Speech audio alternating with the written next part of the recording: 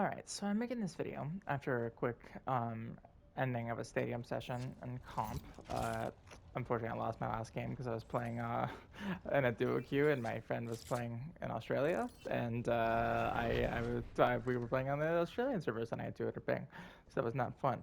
However, I wanted to make this quick video just as something I can show people when I play with them in Stadium, or just as a general thing if I upload it to my YouTube channel, so people can make Stadium go from being a complex game mode to more of an easy game mode to play.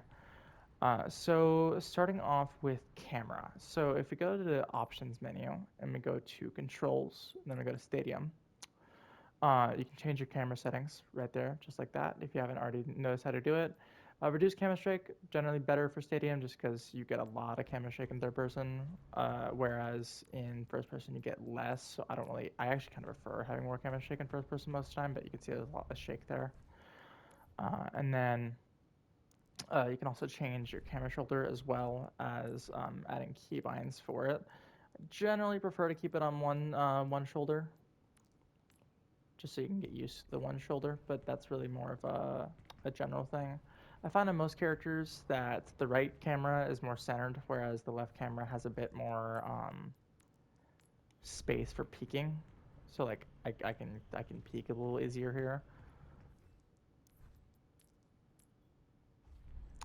And then when it comes to general philosophy on heroes and hero powers, of course, there are individual videos out there for people who like making specific stadium builds, but here today I want to talk about more so the general philosophy I have with all heroes and stadium. So generally, that is going to be increasing the strengths of your hero and then decreasing the weaknesses of your hero. So I'm sure you probably already have mains that you play in Overwatch.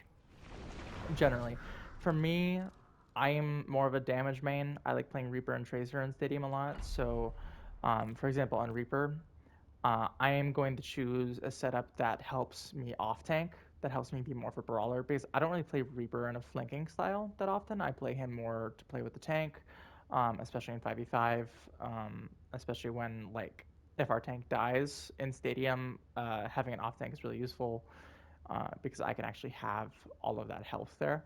So usually in the first round, I'm going to choose Wraith Renewal, and then in the second round, I'm going to choose Harvest Fest, because both these options give me more healing. So usually every character is going to have something in some shape or form in a power that is going to help them either finish kills better, like time lapse on Tracer.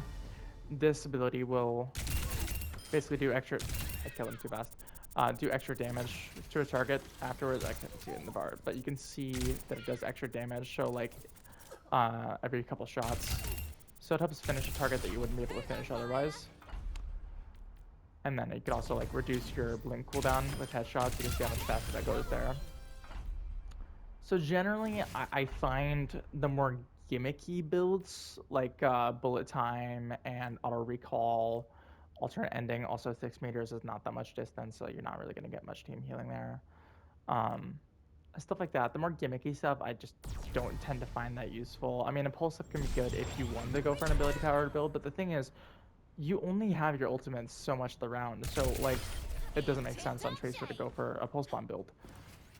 Whereas on maybe a character like Junkrat, it can make sense to go for ability power because you're, going for more of his abilities there.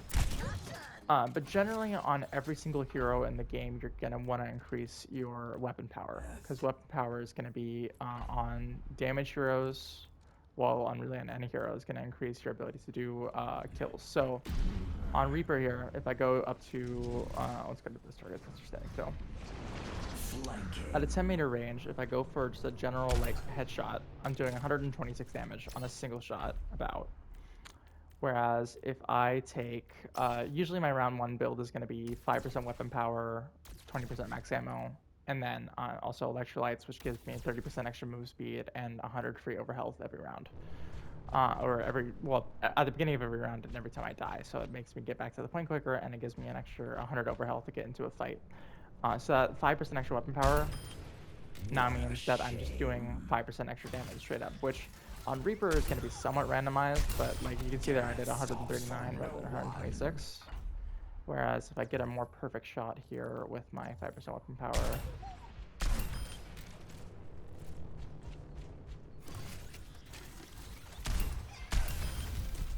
like max 103 or 207. Well, the 207 was because I did a double shot, but yeah, 115. So yeah, you're doing generally another like extra 10 damage per shot on Reaper, which is easily the difference between the life and death on a lot of heroes. And then in later rounds, I'm gonna like further increase that, like going for this 15% weapon power, and I can like stack that with the 5% that gives me an extra 20. Now I'm doing that much damage, which is crazy. And now, technically, weapon power and attack speed will do the exact same thing for you because both are increasing your overall damage per second. However, the thing is, like, attack power on some characters is going to be better than others.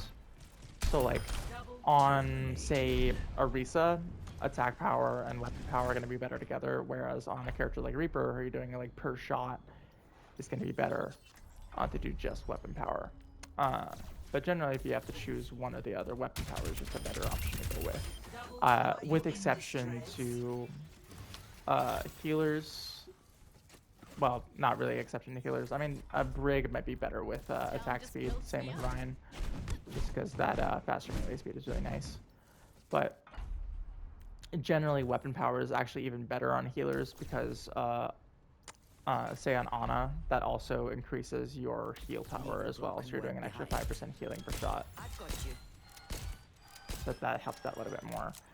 Whereas if you're playing, say, like Brig or Lucio, where your heals are through your abilities, you're going to want to go for ability power instead, because that's going to increase your general healing from your abilities. Let me help you with that. But generally, I play damage and tank, so that isn't something I worry about too much. But that's something that you will find out as you build in Stadium. But again, the main point here is that you are wanting to increase the strengths of your hero, but also more so decrease your weaknesses. So in Reaper, like I'm gonna go for stuff that's gonna give me more armor, because that's gonna help me fight against enemies. Because armor just does a straight damage mitigation. It's gonna make me take way less damage, so I can like just be here in the fight. I can life steal back that armor faster too. It does a lot of help. There is no game that I will ever not take the Vital ET. It is, I think, on most damage heroes, and even the tanks too in some cases, is the best perk in the game for general survivability. Same with the talent modification module and Icy Coolant. Both of these are really good. The cooldown reduction is really nice on some heroes too. But generally, I'm not going to say that any perk is better than the others, because I use different ones in different games. Like, say, the healers are doing so much healing. Well, I'm just going to put on the Elisaka Suppressor within the second or third round, depending on how many points I have. That's going to give me an extra 30% healing reduction on top of the already DPS healing reduction that there is. And you can actually see the anti-heal on there, too. And that's going to make it so that I can't just heal off all the damage that I'm doing. But yeah, a lot of people make Stadium up to be a super duper complicated mode, but it really isn't when you're just thinking about generally how you want to play. Don't focus so much on how your enemies are playing. Like, there's a little bit of play there within your sub abilities and what they do with like the anti-healing and stuff. But generally, you're just going to want to like make your hero as strong as possible. Like, and if that still doesn't make sense, I sometimes think about it like this, where imagine that you are hired as a developer for Overwatch, and you're given a task to make your hero, the hero that you like playing the most, into the strongest hero in the game. Just like whatever buffs and debuffs you would ever want to them, you just are able to make. How would you build that hero? Would you like adjust up their abilities, or would you also like make them do a lot of weapon damage on top of that too? generally you're gonna want to like spread things out a little bit. You're not gonna want to invest straight up into just one thing. You're gonna want to make yourself extremely powerful in all different aspects. You're gonna make yourself want to like never die. Never dying is a really important thing, and you're gonna want to do strong damage with your abilities if you're an ability focused hero, and also do extra damage and extra healing as well, depending on the heroes that you're playing. And then also an added note, if you ever feel like supports generally in Stadium, I find in random matchmaking will tend to go more on the DPS side. It's just a factor of Stadium. Lifesteal, huge for that. Even 10% on a character that isn't even Reaper, like that's gonna make a huge difference for your survivability in round one if you ever feel like that you just need that extra little bit of healing. Especially if you're playing tank, but even on someone like Tracer, a 10% lifesteal can be like huge. So like if I just go for this 10% weapon lifesteal, changing nothing else on Tracer's kit. If I take some damage here. Please just dodge that bullet. Without any passive healing. I'm gonna kill this guy. Gain another 10 health. I accidentally took the health back.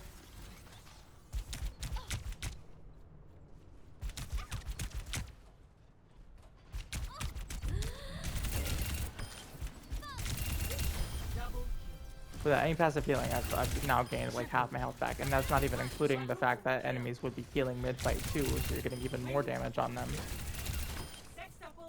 And of course, you wouldn't be just like taking the bullets either.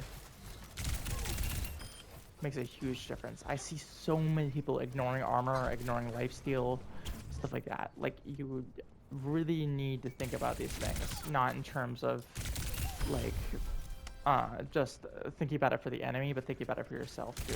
You need to give yourself as many advantages as possible, and that advantage just isn't just making your abilities do more damage and making your weapons do more damage. You need to think about also the things that serve you as well. Healing yourself, making yourself have more survivability, things like that.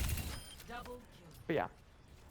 If you have any more questions when watching this video, if I uploaded it to YouTube, just feel free to put it in the comments, and I'll try and answer as best as I can. I'm not amazing at Stadium. I got All-Star in the first season. I'm working towards it again right now. This is more so just a general guide. But yeah, thank you so much. Have a great day.